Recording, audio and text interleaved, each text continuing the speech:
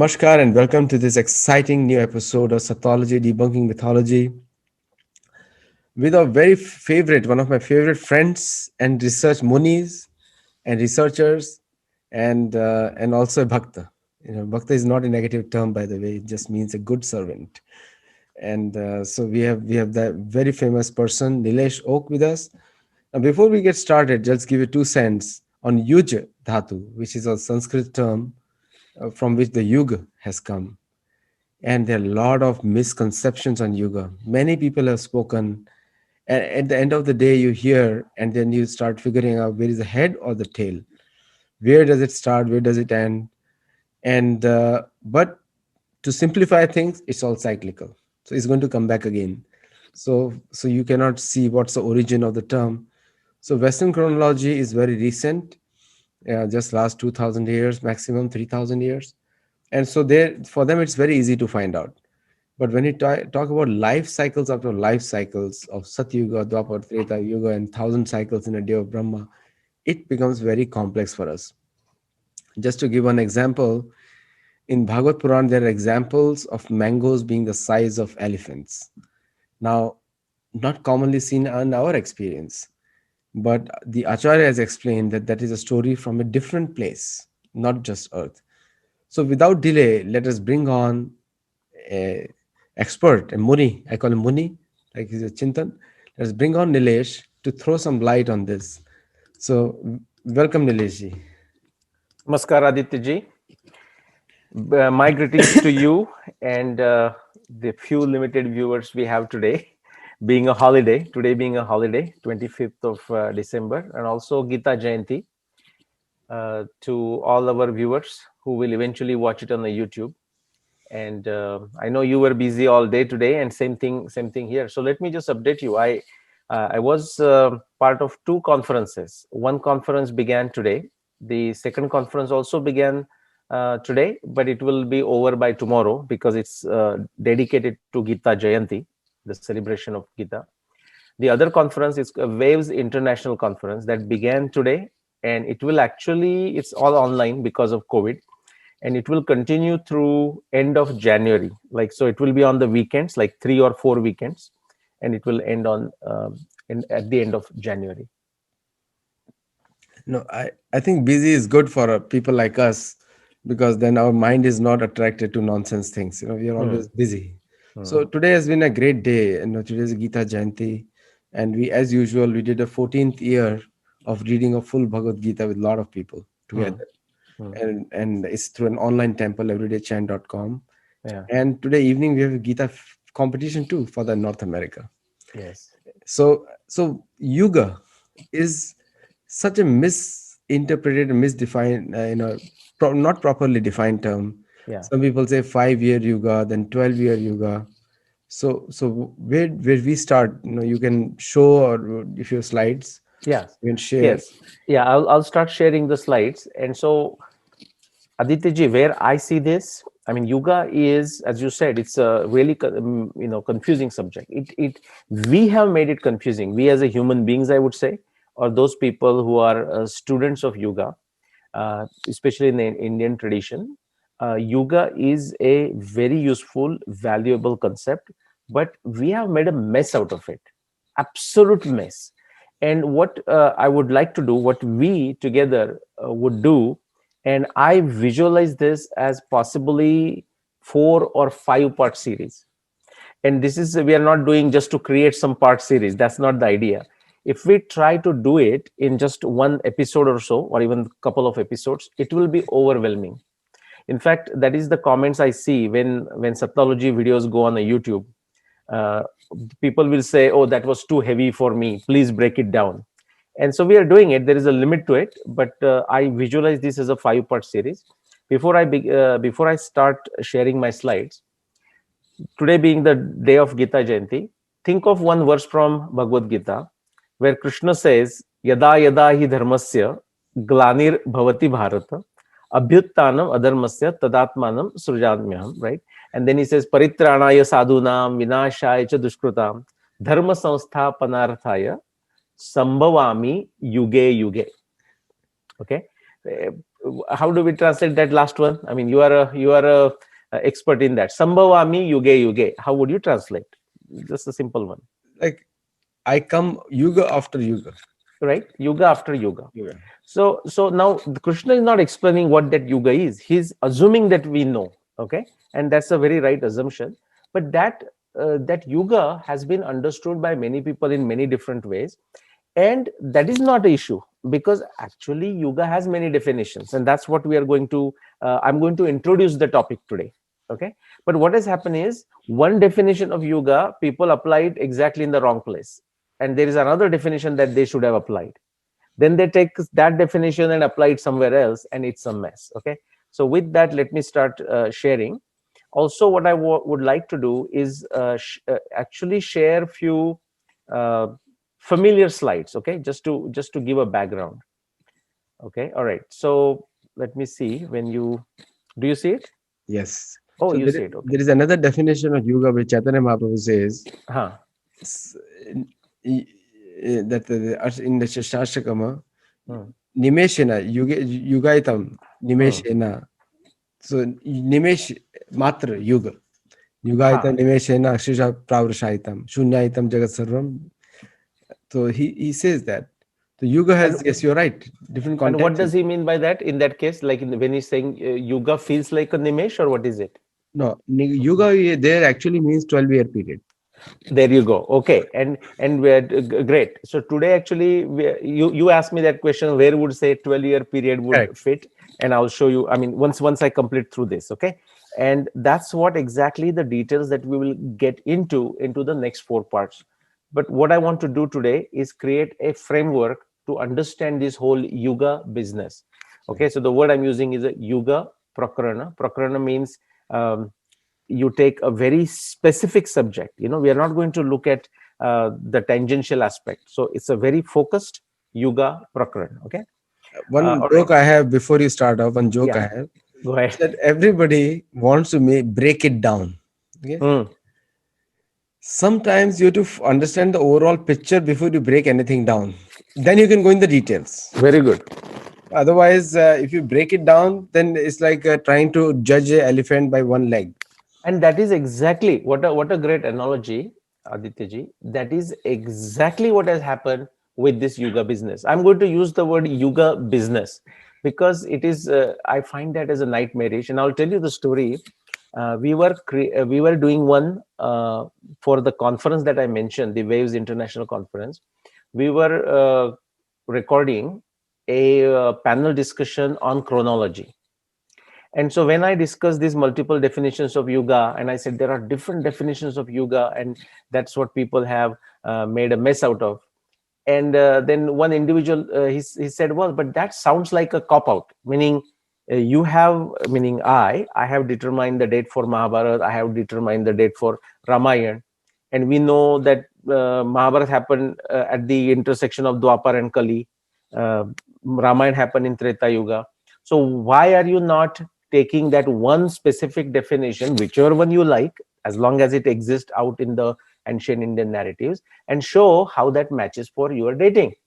And I said, that's a big problem. And he says, okay, isn't that a cop out? I said, it's not a cop out, and I'm going to explain that. Okay, so what you said is very correct. Before even we break it out, we have to see the whole picture. Absolutely. So we will start with that whole picture. Okay, so what is a yuga, and we'll stop it. But quickly, I want to go through this slide, which says, do you have what it takes? And again, I have shown this slide multiple times, but I will never get tired of showing this, is that to understand this, you have to understand shraddha, you have to understand samshay, you have to understand jidnyasa. That is also a problematic issue, because we trust something, like we show shraddha where we should not show shraddha. We show samshay where we should not show samshay. And we show curiosity where there is no need for a curiosity. Like somebody just wants to know, say, for example, how tall was Bhishmacharya? Okay, first thing is, I don't know the answer. I don't know if Aditya ji, you know the answer. But the question we should ask is, and maybe it is there somewhere in our ancient Indian narratives, but suppose if it's not there, or if it is there, we don't know. The question to ask is, okay, if I tell you the height, or if you figure out the height of Bhishma, what will that do? If it doesn't serve any useful purpose, then we have to be very careful in not to have such idle curiosities, because our time on this earth or even in a given life is very limited. We have to make use of it in the best possible way. So that's why I show this slide. So samshaya is important, but it's better be samshaya of a buddhi. Just a little Shraddha is bit I'll important. add here, Neeraj. Go ahead, please. People say, did Ram eat meat? Hmm. And there's a very big answer given by Prabhupada. He said, Hmm. he can eat the whole world. Why are you talking about one topic? What can we Correct. learn from Ram's character that is more important? Correct. Correct. And Yes, and what is interesting, Aditya ji, is that person who is asking, he will refuse to read Valmiki Ramayana. correct. Huh? That's right. It's there. The answer is there multiple times, but the person will refuse to read Valmiki Ramayana. He or she just wants a ready-made answer, Yeah. and they don't want to do anything. That's that here. If you look at this third axis of Jidnyasa, that kutuhala, kutuhal is curiosity, but I actually call it on the lower side. It's a idea. It's just an ideal. What you call idle, not ideal. Idle curiosity. It's a useless curiosity, just you want to know. That doesn't serve anything. If you know the answer, it should lead to some specific solving of a problem. Okay, so that's why I'm just showing it. So through shraddha we can get a lot of karma shakti, and the shraddha ought to be of a sattvic kind, because it can be of a tamasic kind. It can also lead to karma shakti, but it can lead to a karma shakti of a destructive kind. And that has happened in this yuga business. People will pull the crutch of a tradition. People will pull the crutch of a guru.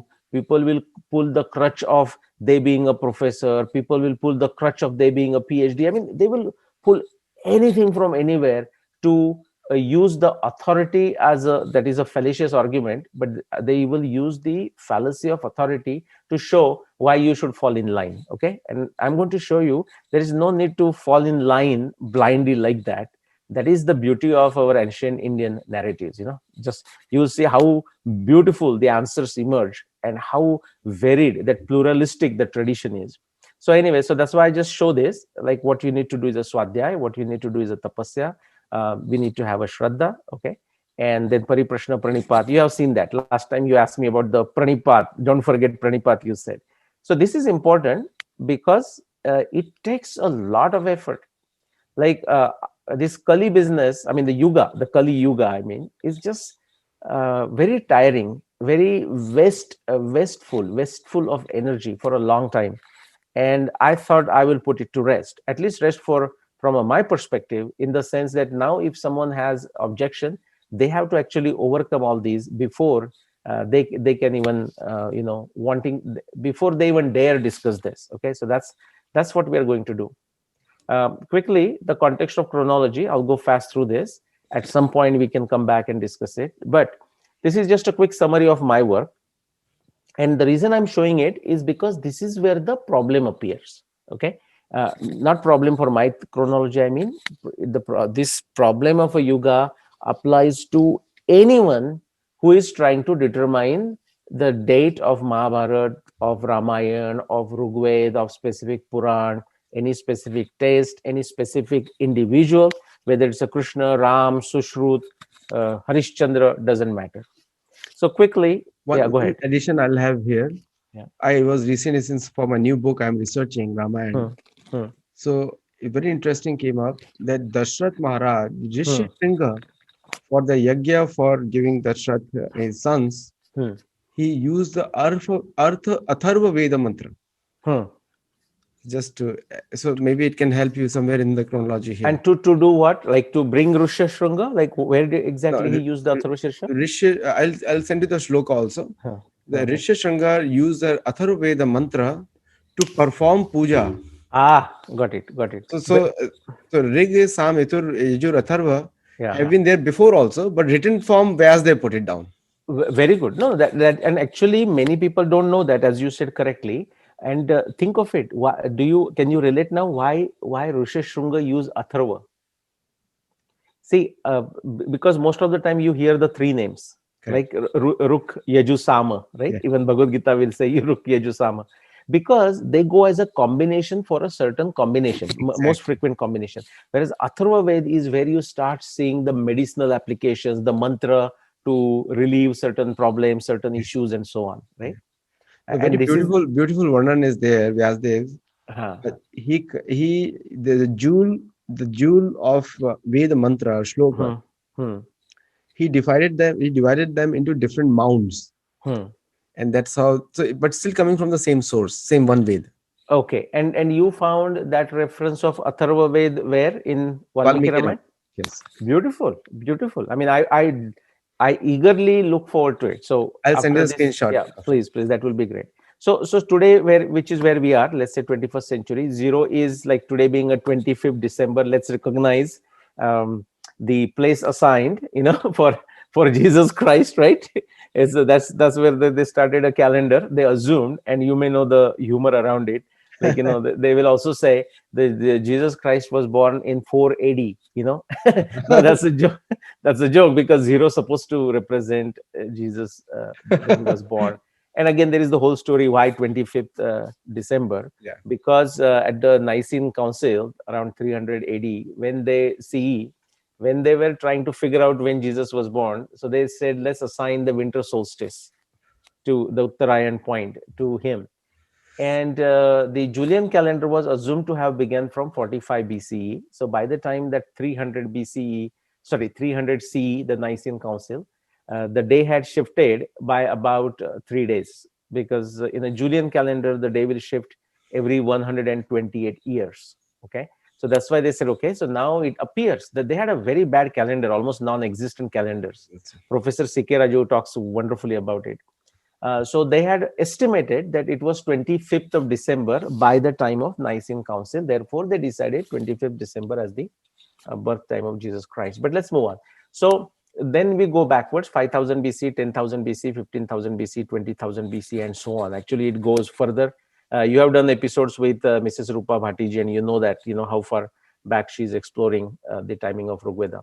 Quickly, what I did, I extracted all astronomy references from Mahabharata text, and as a jigsaw puzzle, crossword puzzle fashion, Rubik's Cube fashion, I arrived at 5561 BC. I did the same thing for Ramayana, 600 plus astronomy references from Valmiki Ramayana, arriving at 12,209 BC. And then using the internal references of Rigveda, especially hydrology, I have said the approximate time period for Rigveda, 6 millennium BC through definitely more than 22,000 BCE. Now, that was not the main thing. And this particular timeline is being supported by thousands of empirical, scientific, objectively testable data points from multiple disciplines of hard sciences. And in due course of time, Aditya you and me will actually explore this, okay? But that's not the subject today. Now, what happens when I present this? Now, I'm presenting this for at least 6 years now, okay? And then people ask me, okay, forget the European Enlightenment. See, now that's where they came in. Now that's when they started studying, and they had a gall to tell Indians that there meaning Indians' whole civilization began only in 1500 BCE. Just imagine where that 1500 BCE would fall. Anyways, but let's get back to our Indian tradition. Now, when I put the Mahabharata war at 5561 BC, people will still demand, and rightfully so. They will say, all right, so Mahabharata war happened at the intersection of a Kali and Dwapar. That's what Mahabharata says multiple times. Many times, even before the war, just before the war, there are descriptions, Sanjay discussing with Dhritarashtra, that it is still a Dwapar Yuga. And it appears that just after the war, now people are talking of a Kali Yuga. So almost like literally the the Mahabharata war period itself was like a transition between Dwapar and Kali. And this is not my work, Aditya ji. In fact, I would introduce you to this young researcher. His name is Jeevan Rao. Yeah, you are going to love him. Okay, and he has extracted 60 plus different references from the Mahabharata text to show that the Kali Yuga, that is his theory, that the Kali Yuga began on the last day of the war. Okay, but I don't want to even bring that theory today, other than I'll show you where it would fit into our framework. So Now, if you 200 right. years is considered the Sandhya. Uh-huh. After any Yuga, and it keeps on changing, numbers keep changing. Correct, but what you will find again is the numbers keeps on changing. See, suppose if you take 1000, 1000, 2000, 3000 years as the duration of each yuga, like Kruta and Dwapar and Treta, then the 200 is correct. But if you go into like more thousands, or if you go into 432,000, then that 200 years doesn't make sense. I mean, that's what the Yuga folks will tell me. That's not my argument. But let's quickly go and look at, say, Ramayana. Now, Ramayana, Valmiki Ramayana itself says it's a Treta Yuga. Many other people will also, many other ancient narratives also say Treta Yuga. Now, so far so good. Okay, so I would not even disagree with any of this. If somebody says Mahabharata war happened at the intersection of Dwapara and Kali, I said, yeah, fine. I mean, I have not used anything from this whole Yuga business to determine the date of Mahabharata or Ramayana. I did not need it, and actually it was confusing, so I did not use it. Okay, because we are not sure what is Dwapar, what is Kali, and what is the duration and whatnot. But so therefore, I won't have objection. Same thing for Ramayana. Ramayana itself says it is happening in Treta Yuga, and so be it. Now, where does the problem comes? That's where that so-called Yuga dogma comes in. Okay, now what is that one typical definition of Yuga that we all Indians are stuck and don't want to move away from? You are also familiar with it. I'm also familiar with it. I will just put it here. Does this look familiar, Aditya? The Kali Very, Yuga, very, very right? familiar. Yes. Very familiar. I mean, everyone, even a child can get up from a middle of a sleep, and an Indian child, and will recite this, so to say. Kali Yuga 432,000. Twice that is a Dwapar. Three times that is Treta, and four times that is Satya and Krita. And if you remember, and if our viewers remember, we did one episode on the secret or the mystery behind the 4.32 million years of the Mahayuga. Yeah. Well, if you add these years, that comes to 4.32 million Million. years. So that was really meant for astronomy. And today I'm going to show you where that fits. So what was that cycle? But we or whoever that is, in a very wrong fashion, they used something that was meant for somewhere else, like astronomy or very long cycles, and tried to fit it for our itihasa. And that's where this whole mess has happened. Okay, so this is the Yuga dogma. And that's why people will ask me, okay, so Kali Yuga, fine, they say. Fine. I mean, many people tell me, many researchers tell me, hey, they can buy 5561 BC. They have seen my evidence. They said, absolutely, this is a phenomenal work. So let's assume that that is the beginning of Kali Yuga. They say, fine. Now, they say, now explain me how your Ramayana in 12,209 BC fits the definition of Treta. Because if Dwapar is beginning backward, like ending with Mahabharata war, then there has to be at least 864,000 years before even Treta begins. I mean, we have to go million years before. And why am I putting it 12,209? So this is where the problem occurs. That problem occurs not only for my date, that problem occurs for everyone, unless somebody just speculating like 9 millions or whatnot. Okay. So that's, I wanted to set the background. So far, we have not said anything new other than to state where the problem is. Okay. And I have not explained why I call Yuga dogma yet, but I will tell you why that is a Yuga dogma. Okay. Now I'm ready to describe my framework. Again, I'm not breaking it yet. I'm just showing you. So Yuga, would you agree, Aditya ji, just based on a directional definition, that Yuga is a interval of time, a specific interval of time, a certain interval of time. Can we agree on that definition? Absolutely. Right? That is the definition. Okay. A certain interval of time, a certain period of time bound between two limits, whatever those limits and howsoever they are decided.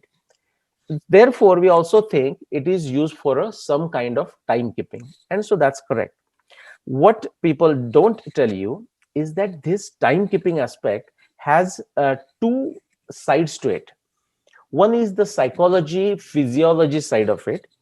And the other one is that something we are familiar with, like measuring a very long period of time, like timekeeping, space time, or just the way we measure with our wristwatch, or now we see it on our cell phone, or if you are watching the night sky, the moon or sun in the daytime that just rises, and after some time sun comes up and you say, 2 hours must have gone by since the sunrise or since the moonrise, and so on, and we can use that. So it's a moment of something that we can use for timekeeping.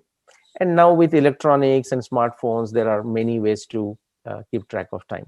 So that is that second time. I will call it a space time. Now, there's something very, very funny experiment that Einstein performed. Let me ask you, have you heard Einstein saying something of the effect where he says, If you sit with a beautiful girl, woman, whatever, uh, for a long time, it still feels like a fraction of a second. This is Einstein's quote, by the way. He says, on the other hand, if you sit on a hot plate, okay, a second feels like an hour. Correct. That's true. Huh? Natural. And lo and behold, actually, you'll think, I mean, this is actually humorous matter, but actually, he performed an experiment of this kind. Um, he went for a date, okay, like a dinner date with the wife of Charlie Chaplin. Okay, he borrowed his wife, Charlie Chaplin's wife. They went to a bar and he was having a good time. She was looking, I forgot her name, Paula or something like that, and she was looking beautiful. And he noted down, when it to him it felt like a minute has gone by. He looked at the watch and found out like 56 or 53 minutes had gone by, and he noted down. Then he came home, like he was living in New Jersey, and at his home, his apartment, he sat on a hot plate with his trousers on. And as soon as he felt, oh my God, like this is a long time has gone by, he got up, and he looked, and it was like only few seconds or less than a minute. Now we may laugh at it, but he actually published a paper in Journal of Exothermic Sciences 1938, okay, on this. The point I'm saying is, remember when we talk of going into meditation or dhyana, actually we also notice that, even, and that is also dhyana possibly, that suppose we are doing a japa, we are doing a chanting, and it's going on very well, or we are involved in a kirtan, and then we forget how fast the time went by. That is a psychological, physiological time. So actually it's a real thing. How we measure is a different issue. And then there is a space time. Then I want to put another axis, and this is the axis of applicability. Like, are you using it for a very short period of time, or are you using it for a very long period of time? So I'm saying, if it's a short period of time, you're using that as a local, and it's a contextual. And then for a long period of time, it could be a global or universal. I'm going to give few more names. That psychology or physics, and I'm almost done, but then we want to discuss this. Okay, so I'll stop sharing, or we'll find out a way. And then I will ask you some questions. We will look at some of the typical Yuga definitions, Yuga descriptions that we know, and we will see where would they fit in here. Okay, and that's where we will stop today. But in the next 4 episodes, we will go through each of these quadrants. I will bring very specific uh, instances, very specific definitions from our ancient Indian narratives, whether they be Upanishad, whether they be Samhitas, Brahmanas, Aranyakas, Upanishad, I already said, Itihasa, Purana, okay, and even other Samhitas. I will bring that. So what I'm saying is, on the left side, the psychology, physiology aspect of time is like a karma pradhan. And when I actually finally get into description, you'll see why. But I want to just define the framework here. On the right side, the space time, which is literally the computing of a time. But even here, you will see there are shades of time. And what I'm saying is, it's a jnana pradhan. The emphasis is more on knowledge, like understanding. In the other side, karma pradhan, the emphasis is on a action. The action of an individual, action of a self, action of a society, or action of a community, action of a dharma, action of a nation, action of humanity, and so on. Okay, so that's that karma bias. And here it is a knowledge bias. Something else I want to add, two more words. For local and contextual, I'm saying it's a very specific, and that's another problem. Suppose we use some measure, of give me a glass full of milk, someone would say. But what is a glass in America is not exactly same as in India and same as in China. So if you ask me, hey, give me just bring me one cup. Tea is a good one. I don't know if that happened to you, Aditya when you came to America or so. Like when I came to Canada, like in India, people will drink tea or whatever in a much smaller cup in comparison to here. We call it mug, right? It's pretty big. So even just simple thing, you say, give me a cup, give me a teacup. And here says, oh, wow, that's not a cup. That's like a big, I mean, this can be like 3-4 cups of tea.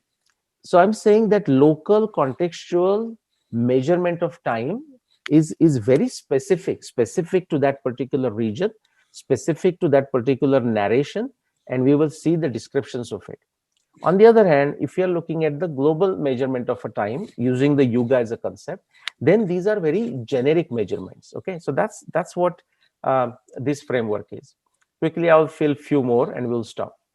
So now I want your interaction, Aditya ji. So for example, what I'm saying is, if we are measuring space time, I mean, forget the word space, huh? We are just simply talking of the chronological time, but not something that we want to necessarily always measure in like minutes and seconds. Actually, you cannot.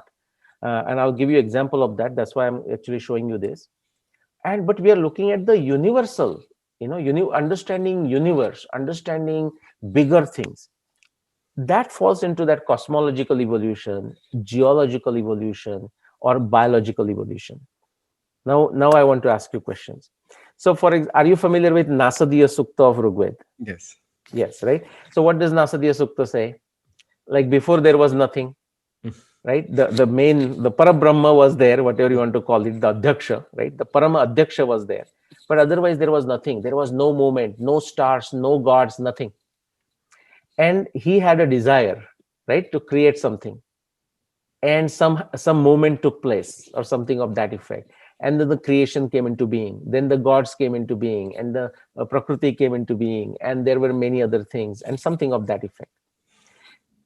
We don't want to measure that by specific time by saying, okay, from the time he had a desire. Actually, as metaphorically it gets simplified. In the Old Testament you will see I don't know, but the day one, God said, let there be a light, right? Something of that effect, and let there be a water, and so on. You will see similar concepts around the world, okay, through our all ancient narrations.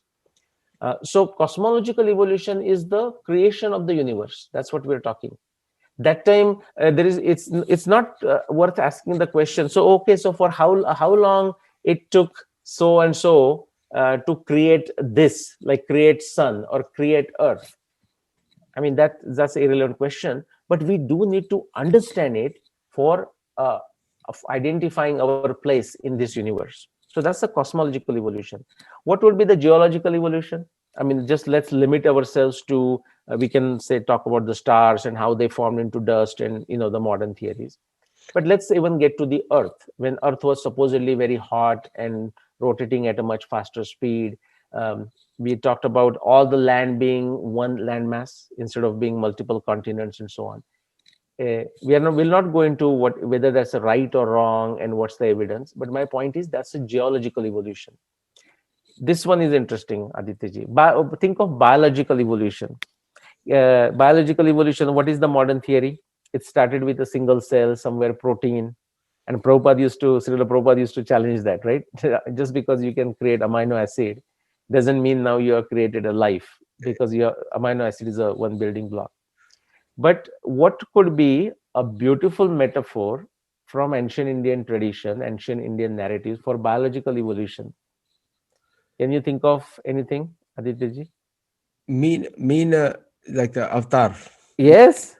So mean avatar is the beginning of the fish Yeah. incarnation, and the Markandeya Rishi Hmm. is in the pralaya, and then Hmm. he sees Bal Govinda, Bal Hmm. Mukunda, a Hmm. leaf, Hmm.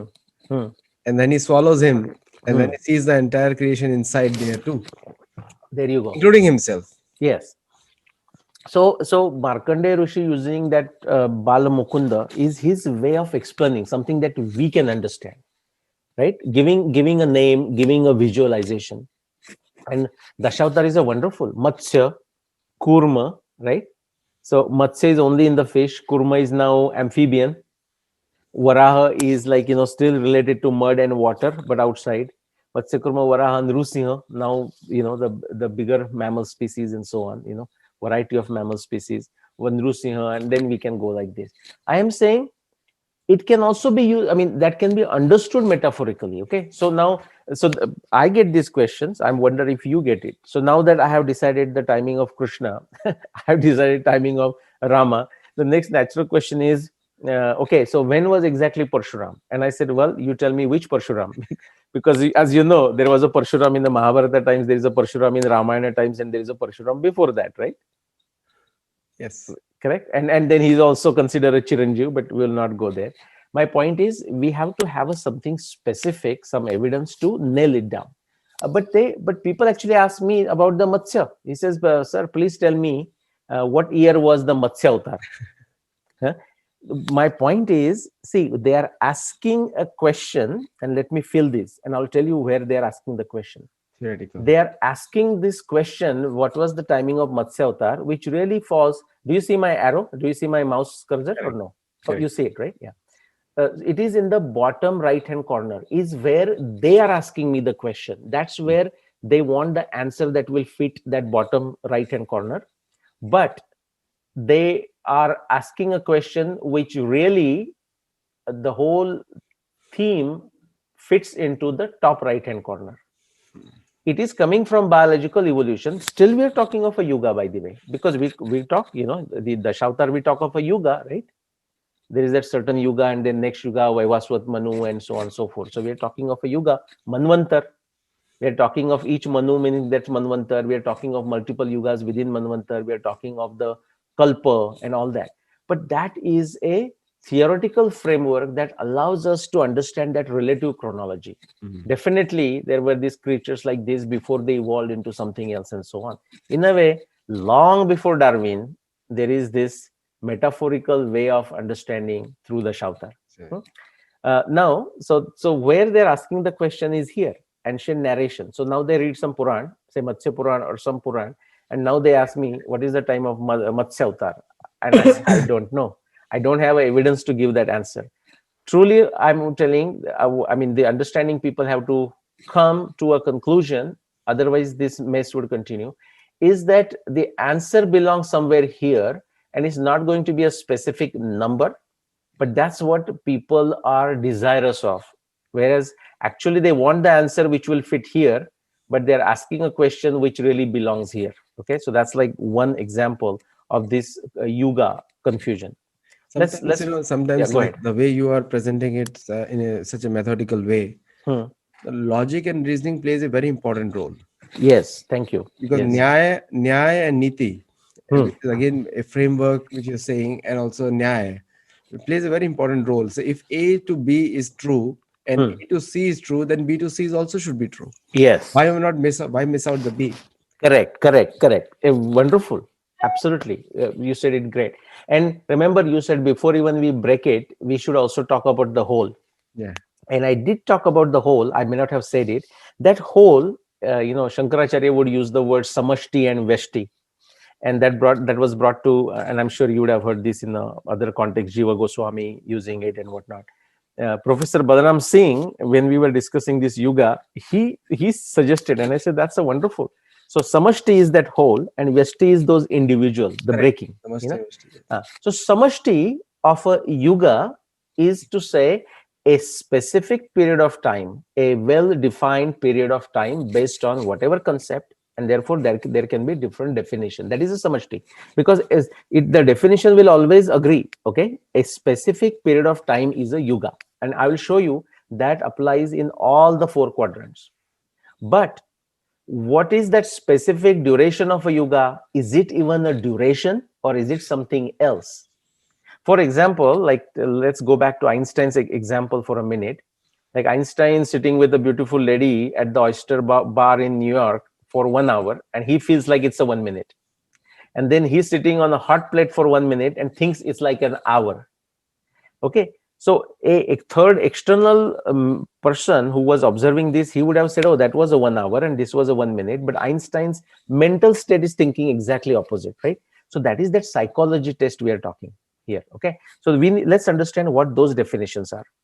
If we go to the top left hand corner, we are talking of a vichar, which is what? Which is basically a philosophical framework. Mindset. Okay, and then the next fourth session we are going to go through very specific examples from our ancient Indian narratives. What we are talking there is a cultural evolution, and once I finish we'll discuss bit more depending on how much time we have. Tattvajnana, darshana evolution, technology evolution. Okay, so that's that philosophical aspect, and let me just complete the last one there on the bottom left hand corner is like a physiological evolution, and by that I don't mean like the Matsya Kurma kind of evolution. Here I have, for example, and this is not I have, this is actually our ancient Indian narratives have something else in mind. And just to give you example, Aditya, it is, think of this as like dehinosmin yatha dehe kaumaryam yavanam jara tatha dehantarah prapti dhiras tatrana moyati. There is also evolution. Right? You are born, you are a baby, then you turn that into a youth, then you turn that into an adult, then you grow, and then you turn into an old person, and then finally one dies. That is also physiological evolution of every individual. Correct. Okay, that is meant there. And when we get into specific examples and specific references, it will become more clear. Deliberately I'm keeping it at this level. Yeah, Or a one thing. self, they sorry, go ahead. Yeah, please go ahead. Completed. Yeah, yes, let me complete. So the evolution of the self, the evolution of the society, that will come into it, and then the statecraft or the evolution of administration. Like what kind of system we have. We have a certain kind of democracy right now. There was a prajatantra, ganatantra, janatantra. We hear all these words. So the evolution of that, and we will see how that was also used in the Yuga concept to describe the evolution, the improvement of statecraft, of administration, of the self, of the society, and of a physiological evolution, like from a child to youth to adult to old age, and then a disease and possibly dying away. Okay, so those I think that should be it. Yeah, so that's a very practical one, I will call it. So the Yuga, we all think it's just a one, not you and me, I'm saying, but people in general, they think it's one. It's a time. And tell me, actually, the other popular question that you will see on the Twitter is like, so when is the Kali Yuga ending? If you have seen it, right? Again, so the question they're asking is, it belongs, I mean, the answer they want will fit into this bottom right hand corner. Yeah. But really, what question they're asking, which Kali Yuga is in their mind, that actually can fit into any of these four quadrants. Okay, so let's stop on this slide. And If you stay on this slide, I have one okay, point. please go ahead. In the when the our shastra define yuga, they always define with a Yugavatar.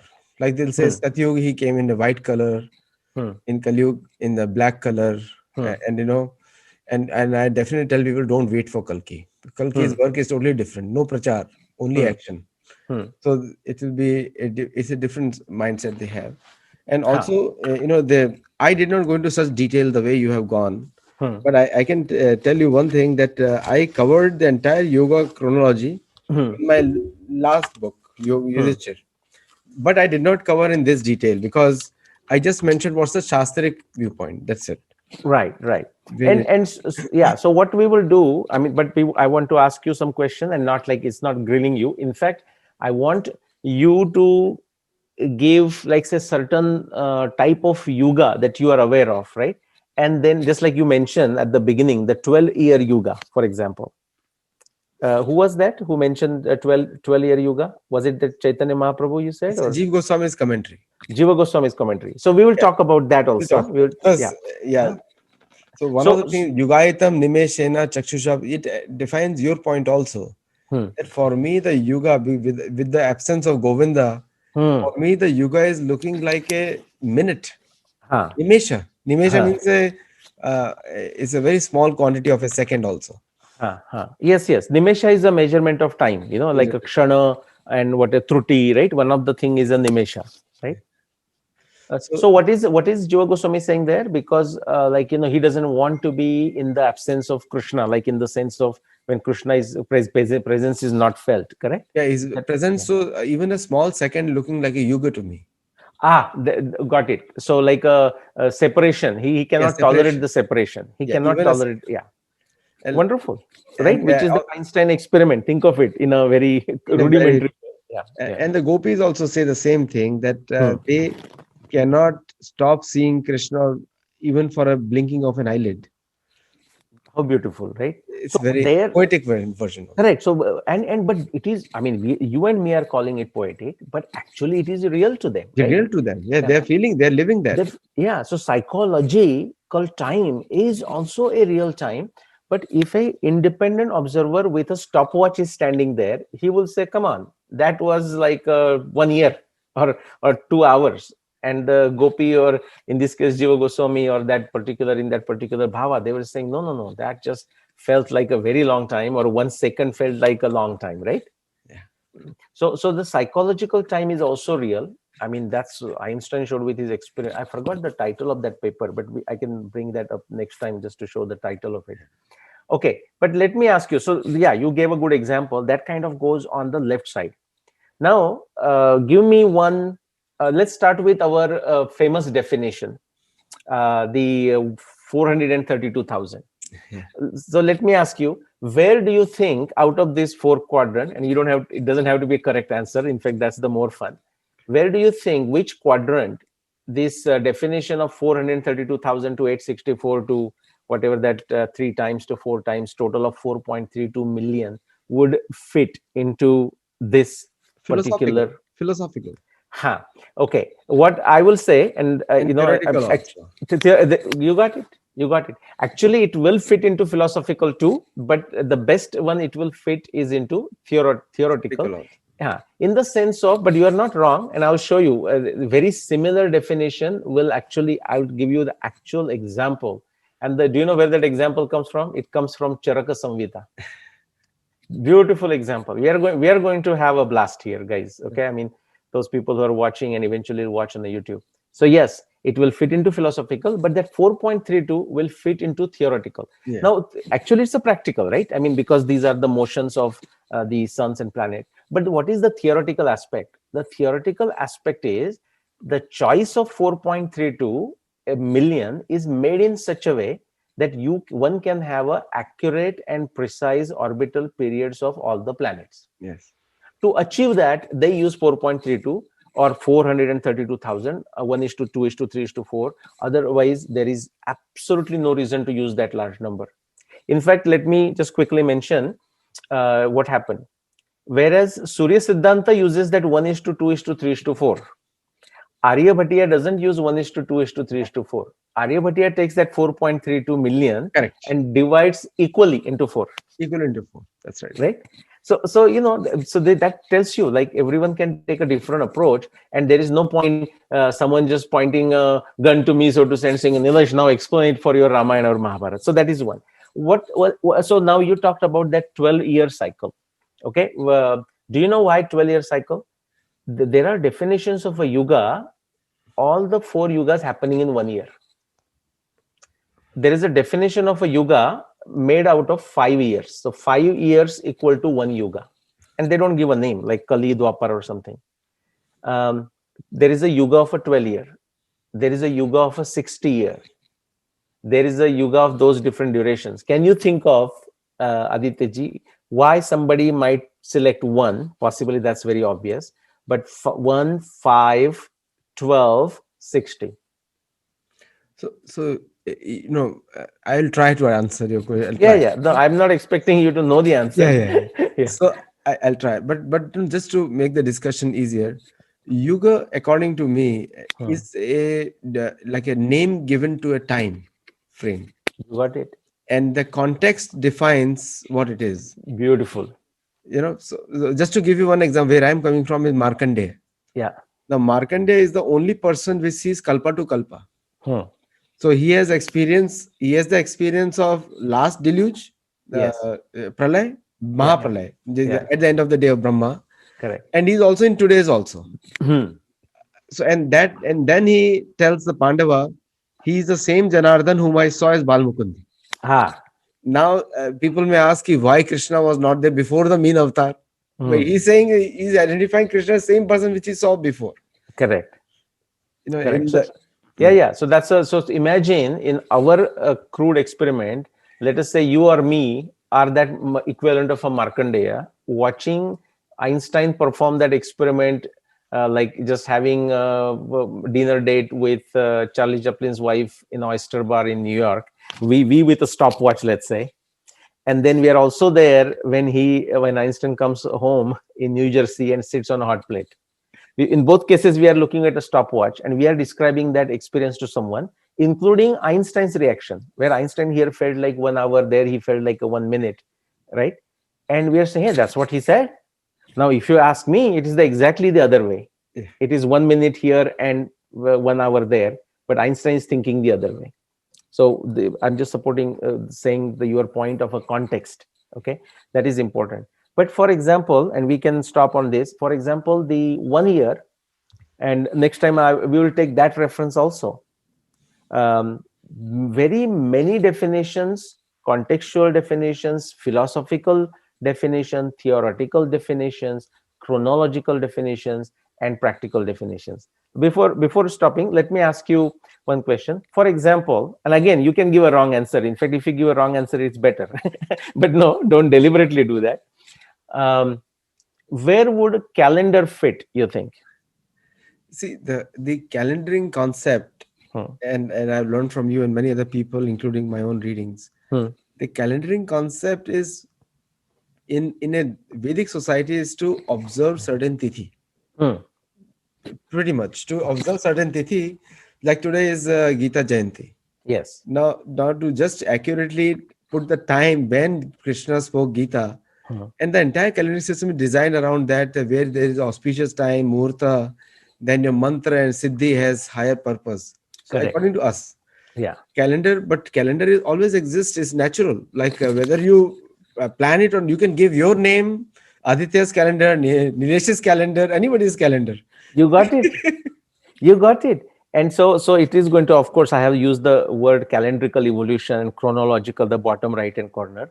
And when we get to these next parts, we will see that is where, say, Julian calendar comes. That is where the Gregorian calendar comes. That's where the Saptarshi calendar comes. And that's where the Vikram Samvat and Shalivan Samvat and Yudhishthir Shaka. I mean, whichever different names you want to use, you can use it, because it is used in a very practical way. Practical. Okay, to keep track of time, for a shorter duration. So that will fit there. We looked at the 4.32 million, and we can stop. But any other yuga that comes to your mind before One of we the end? yuga in the yuga cycle, Hmm.